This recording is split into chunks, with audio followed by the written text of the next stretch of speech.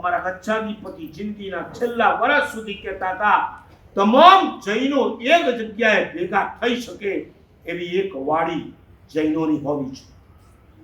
શું એમનું વિઝન હતું? એક બાજુ એમ કહેવાય કે બિલ્ડિંગનો ધંધો, રિયલ એસ્ટેટ આ જૈનોથી ના કરાય, બરાબર ને? જૈનોએ આરંભ સમારંભના ધંધા ના કરવાના હોય. જૈનોએ તો કોકનો રેડીમેડ બંગલો હોય કે ફ્લેટ હોય લઈ લેવાનો હોય, કારણ કે આરંભ સમારંભ કર્યા વગર ક્યારે આવા મોટા બિલ્ડિંગો બની શકતા જ નથી. એની જગ્યાએ ગચ્છાધિપતિ શું મોડર્ન હતા, શું ગીતાર્થ હતા, શું એડવાન્સ હતા. એમણે કીધું કે તમામ સાધર્મિકો ધેટ મીન્સ જૈનો એક જ જગ્યાએ વસવાટ કરતા હોય તો એના માટે એક બિલ્ડિંગ જૈનો બનાવે પડખા. નહીં, આમાં કોઈ નોન જૈન નહીં હોય, આમાં બધા જ જૈનો રહેશે.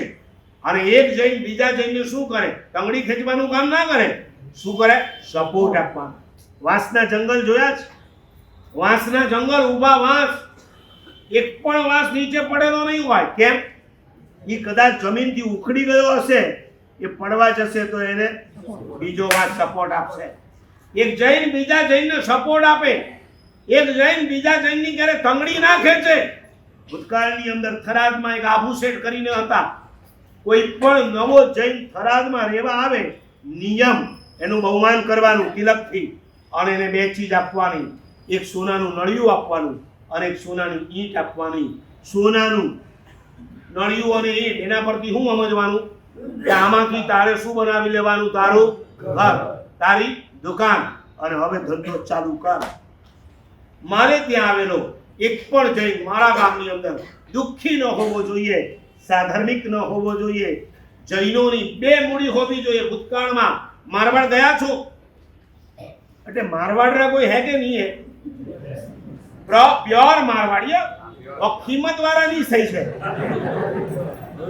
મિક્સિંગ મારવાડી વાળા, બોર્ડર માથે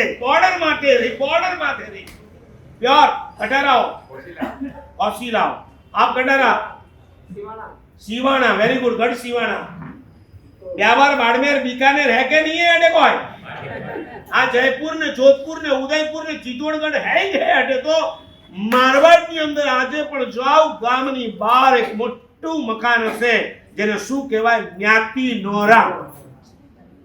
बराबर है हमारी बात? अपने गांव में है कि नहीं है? गांव में है. जन्नू कौम नहीं है, वटे है, जटे कौम है, वटे कोई नहीं है. जैनो જ્યારે ત્યાં આ ધ્યાન રાખે છે, સકળ સંગ ભેગો થાય, નાનામાં નાના માણસ અને નબળામાં નબળા માણસનો પ્રસંગ સારામાં સારા રીતે ઉજવાય. હોટલમાં ગયા પછી કોઈ નિયમ હોય ખરા? રાત્રિ ભોજન, અભક્ષ્ય, કંદમૂળ, કચ્છ નહીં. અને એની જગ્યાએ એક પ્રસંગ કમ્પલસરી વાડીમાં ઉજવાય તો વાડીના નિયમ હોય. અહીંયા અભક્ષ્ય નહીં લવાય, અહીંયા રાત્રે નહીં ખવાય. કહી દો, માણસે એવા નિયમ હોય ને તો કોઈ વાડીમાં આવે જ નહીં. કેટલા નીચે ઉતર્યા છે, કેટલા નીચે ઉતર્યા, અને સંસ્કારોના નામે ધૂળ ધાણ કરી નાખી. એક સ્કૂલ જૈનોની આખા નવસારીમાં ના હોય. મારું ચાલે તો હું આખા નવસારી વચ્ચે એક જ પાઠશાળા કરાવી દઉં. નહીં, છૂટી છૂટી પાઠશાળા બંધ કરી દો. નો ચિલ્લર, નો રિટેલ, ઓનલી હોલસેલ.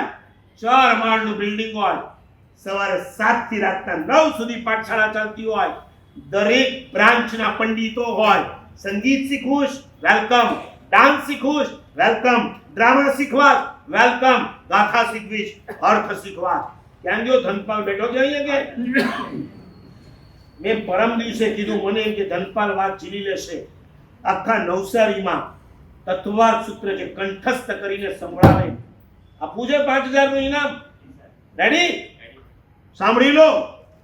આવડતું હોય કે ન આવડતું હોય, તત્વાર્થ સૂત્ર બાય હાર્ટ બહેનોએ સાધ્વીજીને સંભળાવી દેવાનું.